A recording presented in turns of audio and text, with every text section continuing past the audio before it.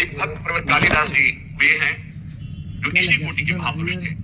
अद्वितीय भक्त निष्ठा उनकी थी। भगवत निष्ठा अद्वितीय उसी की मानी जाती है जो भक्त निष्ठा होती है। भक्त निष्ठा वाला भगवान निष्ठ जरूर होगा और भगवान निष्ठा वाला भक्त निष्ठ जरूर होगा।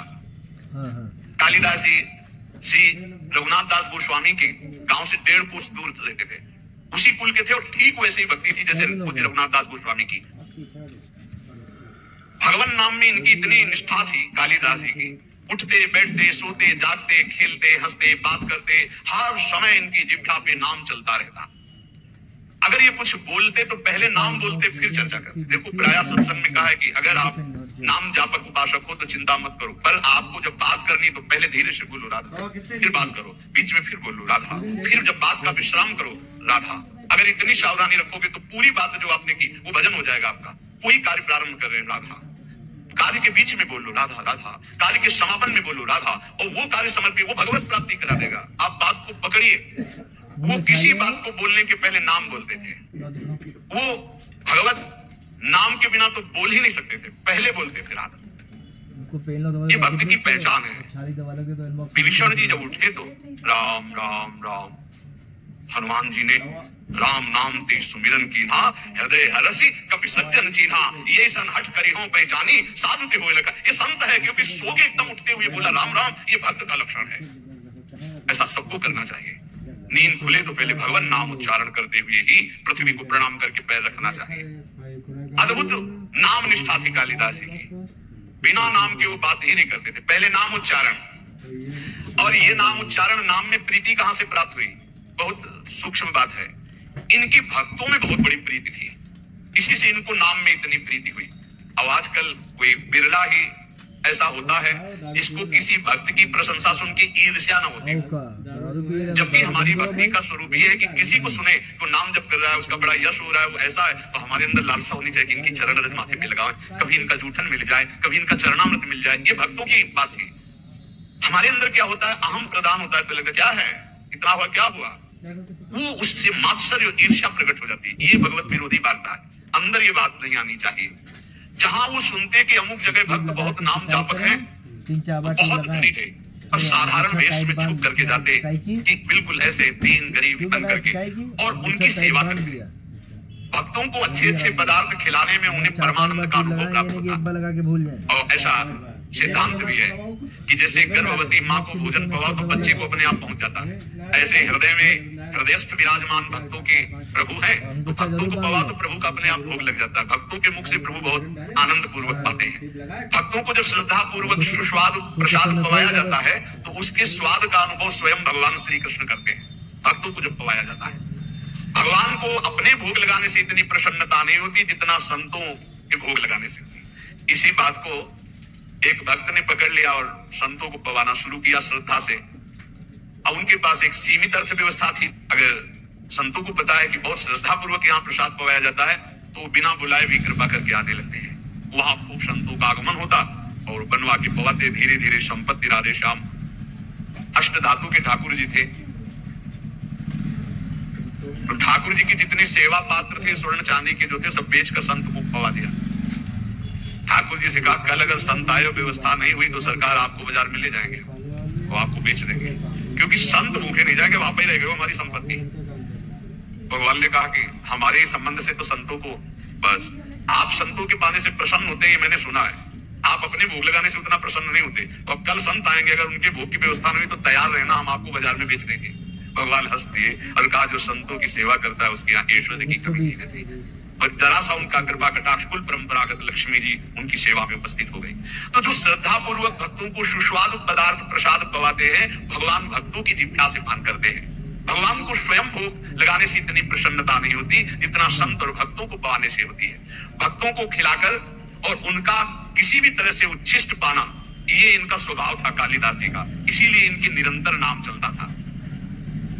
अब जैसे कोई भक्त उच्छिष्ट देने के लिए तैयार नहीं होते, वो तो बड़े कृपा करते हैं तो उच्छिष्ट देते हैं, तो वो सावधानी रखते थे। कहीं भी तो पात्र धो के फेंकेंगे, वहां से जल ले लेना, अगर चूक हो गई तो पात्र में से हाथ करके बस कर लेना, वो अपने पात्र लेके गए चाट लेना। उच्छिष्ट का भाव, निरंतर नाम जापक, भक्त चरणामृत, भक्त पद धूल वैदेही और उच्छिष्ट पाने के लिए भक्त सेवा करते। इनका और बड़े बड़े महापुरुषों का कथन है कि योग से, यज्ञ से, तप से, पाठ से, अध्ययन से और साधना अभ्यास से प्रेम प्रकट नहीं होता। वो प्रेम प्रकट होता ही है भक्त चरण रज, भक्त चरणामृत, भक्त उच्छिष्ट से। अब इनको पता चला कि एक झा नाम के चतुर्वर्ण के भक्त हैं जो एकांत में रहते हैं, खूब नाम जप करते हैं। पति पत्नी दोनों नाम कीर्तन करते हैं और गांव में सेवा करके एक एक रोटी जो मिलती है उससे अपना, अब इनको लालच लगा। ये प्रभु से प्रार्थना की कि ऐसे भक्त का उच्छिष्ट प्रभु कैसे मिले, हमें उपाय बताओ, क्योंकि हम जाएंगे तो वो तत्काल सम्मान प्रदर्शित करेंगे और सम्मान प्रदर्शित करेंगे तो उच्छिष्ट नहीं मिल पाएगा उनका। भगवान से प्रार्थना की, तत्काल युक्ति आई साधारण वेश में, और उस समय आम का समय था तो बड़े बड़े आम लेकर के घर गए। प्रतिष्ठित कुलोद्भूत कालिदास को देखकर अपनी टूटी फूटी झोपड़ी में वो दंपति तो आश्चर्यचकित हो गए, हाथ जोड़कर कांपते हुए कि भगवान आपके लायक हमारे घर में बैठने योग्य जगह भी नहीं है। हाथ जोड़कर अभ्यर्थना करने लगे। उनका नहीं नहीं, इसकी जरूरत नहीं है, हम तो बस आपसे ऐसे मिलने बात करने आए हैं। एक फटा सा बोरा पड़ा था, उसी में कालिदास जो महान भागवत बैठ गए। वो हाथ जोड़े, प्रभु आप यहाँ, ये स्थान आपके बैठने लायक नहीं। और झा भक्त उनको कहते थे आपने बड़ी कृपा की, आप यहाँ आए, लेकिन आपके योग्य नहीं, आप इतने महान में इतना नीच, आप जैसे श्रेष्ठ पुरुष, हम जैसे नीचों के यहाँ आएंगे तो आपका उपहास होगा। प्रभु आपको पता नहीं मैं नीच हूँ, धनहीन हूँ, प्रभु आपको यहाँ बैठना ठीक नहीं, कोई देख लेगा तो आपकी निंदा करेगा। कालिदास जी ने कहा कि आपको पता है आपके शुभ दर्शनों से हमें श्री कृष्ण का दर्शन प्राप्त हो रहा है, देखिएगा। और आज मैं आपको उस भाव से देख रहा हूं कि त्रिभुवन में आप जैसा कोई सत्कार पाने योग्य नहीं है, जिसकी जिह्वा पे भगवान नाम और इतनी दैन्यता। अहो वत्स पचतो गरीयान यदि जिह्वा के वर्तते नाम तुभ्यम। यदि आप हमारा कुछ भी सम्मान करना चाहते हैं तो अब आप हाथ जोड़ना बंद कर दें, हमारे सामने हाथ मत जोड़े, और आप एक कृपा करें, आप दोनों अपने चरण धोए, हमें चरणामृत दे दें, क्योंकि हमें धोने तो देंगे नहीं। और उनका कृष्ण कृष्ण कृष्ण, आप ये क्या बोल रहे हैं महाराज, आप गिड़गिड़ाते हुए झा भक्त ने कहा प्रभु ये कैसी भूली भूली सी बातें कर रहे हैं, आपको पता है मैं कौन हूँ, मैं सब तरह से हीन हूँ, मेरा दर्शन और स्पर्श भी अमंगलमय है। धन्य है यही दरबार, दीन को आदर रीत सदा चली आई। और उनके चरणों में गिरने लगे। कालिदास जी ने अपने चरण समेटे और कहा देखो अतिथि का सत्कार करना चाहिए, इतना आपको पता है। उन्होंने कहा हाँ प्रभु पता है। तो फिर एक बात, मैं आ रहा था रास्ते में आम देखा, आप ठाकुर जी को अपने भोग लगाओ आम का, और आप दोनों पाओ और मैं ये देखूं, ये मेरा सबसे बड़ा सत्कार हो जाएगा। भक्त ने कहा मालिक आप कैसी बात करते, मैं पाऊं और आप बैठे, आप हमारे यहाँ आए हैं। उन्होंने कहा देखो यदि आप मुझे बड़ा मानते हैं, पूजनीय मानते हैं, तो आप मेरी बात भी तो मानिए, किसी भी तरह से देखो, अगर थोड़ी भी प्रीति आपकी हम में है तो मेरी ये बात मान लो। वो भक्त बहुत दैन्य हो रहे हैं। यहाँ कालिदास जी कहे जो अपने भक्ति का विज्ञापन करता है, जो भक्ति की दुकानदारी करता है, भक्ति के नाम पर पूजा प्रतिष्ठा और अर्थ की प्राप्ति करता है, वो आप जैसे अकिंचन भक्तों को कैसे जान पाएगा।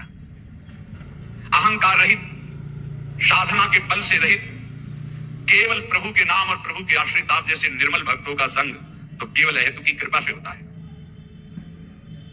आप सच्ची मानिए त्रिभुवन को पावन करने वाले हैं, आप अपने को नीच मत कहिए। जब कालिदास जी दैन्य होकर ऐसी बात करने लगे, भक्त ने आम ले लिए, प्रणाम किया और कहा मैं आपके सामने बात तो नहीं सकता, पक्का वचन है कि आपके जाते ही मैं भूख लगाऊंगा, पर आपके सामने नहीं पा पाऊंगा, क्योंकि आप बैठे हमारे घर में आकर और हम पाले। कालिदास जी ने विचार किया, सब किया कराया माटी हो रहा है, हमको उच्छिष्ट तो इनका मिलेगा नहीं, जूठन। फिर विचार किया कि अभी से लेके शाम तक फेंकेंगे ही ना पाके हम, मैं पेड़ की आड़ में बैठा रहूंगा, जब फेंकेंगे तब मैं निकल लूंगा प्रसाद लेके। कैसी उच्छिष्टामृत के प्रति निष्ठा। चल दिए, पति पत्नी 10-20 कदम घर के बाहर तक छोड़ा। कालिदास जी जीव ही अपने घर गए सो लौट पड़े और दरवाजे के पास एक वृक्ष था, उसकी ओट में छुप के बैठ गए। अब वो दोनों जो 10 कदम चल के आए थे, उनके जो चरण चिन्ह थे अपने अचला में चरण रज बांधी। ये है कीमती अमोघ वस्तु, कोई भाग्यशाली ही इस अमोघ वस्तु का सेवन कर पाता है। चरण रज बांधी, एक चीज तो मिली, भक्तों की चरण रज। संपूर्ण धूल उठाकर फिर अपने शरीर पे लगाई। अब वो अपनी पत्नी से बात कर रहे हैं कि देखो इतने महाभागवत कालिदास जी अमनिया लाए हैं आम का, चलो ठाकुर जी को भोग लगाओ और प्रसाद पाओ, उनकी आज्ञा का पालन करो। ये श्री कृष्ण प्रेम की प्राप्ति कराएंगे आम, क्योंकि इतने बड़े महाभागवत चल कर लाए हैं। पति की आज्ञा हुई, पत्नी ने आम को उठाया, अमनिया किया धो करके ठाकुर जी को भोग लगाया और वो एक एक गुठली चूस चूस के पा रहे, भगवान को अर्पित की हुई, भक्त के द्वारा लाई हुई। पाया, पत्नी ने फिर वो आम के छिलके और चूसी हुई गुठली बाहर जाकर के पेड़ के पास ही थी, और वो छुपे बैठे थे। भगवान वैसा ही भक्त के जीवन में करते जैसी उसकी चाह होती, फेंक के चली गई। कालिदास जी बहुत प्रसन्न हुए, हो हरि की अपार कृपा, एक एक छिलका चाट रहे, एक एक गुठली चाट रहे हैं। आप विचार कीजिए, एक उच्च कुल का एक महाभागवत एक ऐसे दैन्य महाभागवत की गुठली चाट रहा है। किस लिए? इनका उच्छिष्ट मुझे नाम में प्रीति करा देगा, और नाम के प्रेमी हैं। जैसे जैसे वो उच्छिष्ट पा रहे हैं वैसे वैसे उनको रोमांच हो रहा है, वैसे वैसे भगवान का नाम जैसे मशीन में चलाया जाए ऐसे चल रहा है, नाम अश्रु प्रवाह हो रहा है। यहां वर्णन कर रहे हैं कि जो भक्त चरण रज का सेवन, भक्त उच्छिष्टामृत का सेवन और भक्त चरणामृत का सेवन करता है, उसका अहंकार गलित हो जाता है। सत्संग का प्रारंभ इसी बात से हुआ था कि अहंकार जब तक गलित नहीं होगा तब तक हमारी साधना रंग नहीं लाएगी। इसलिए हमें नाम में प्रीति हो जाए, नाम हमें प्राणों से प्यारा लगने लगे। बड़े बड़े महापुरुषों ने नाम को दुलराया गाया। कह रहे हैं कि मर जावेगा मूर्खा